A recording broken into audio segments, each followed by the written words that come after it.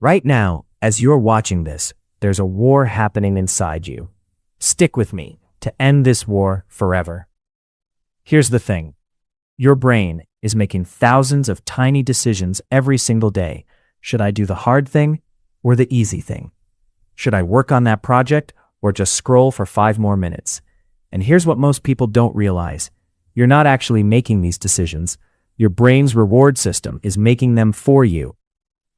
Now, you might be thinking, that's just willpower, right? I just need more discipline. Now, that's exactly the trap that keeps you stuck. Because a study from the Journal of Consumer Research found that people who rely on willpower alone to resist temptation have a 90% failure rate within the first week. You heard it right, 90%. But here's where it gets really interesting. The same neural mechanism that's making you avoid the hard work can actually be flipped. You can rewire your brain to crave for discipline the same way it currently craves scrolling through your phone. Your brain's cheapest trick. Your brain is simply trying to protect your energy, so it naturally leans toward what feels safe, easy, and rewarding. If something demands a lot of effort with no clear payoff, your brain hesitates. But if it promises instant comfort or pleasure, it's all in. This isn't laziness or a character flaw. It's survival programming from the days when humans lived in caves. The challenge is that same ancient brain is now living in 2026, surrounded by apps designed by teams of PhDs whose only job is to keep your attention hooked. According to a leaked Facebook internal report, the average user checks their phone 96 times per day. That's once every 10 minutes.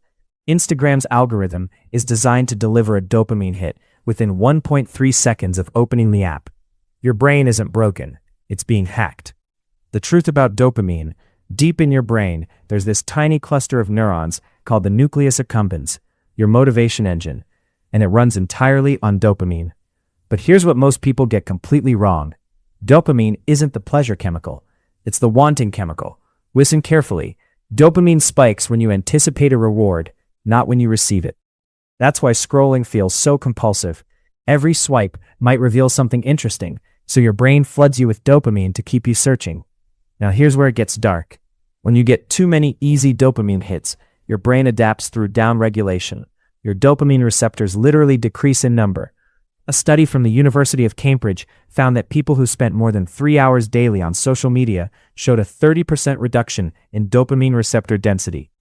That book that once captivated you, that workout that used to energize you, now feels impossible. So the truth is, you're not losing discipline. You're experiencing a tolerance effect, just like with any other drug. According to research from UC Berkeley, it takes approximately 300 hours of deliberate practice to go from complete beginner to competent in most skills.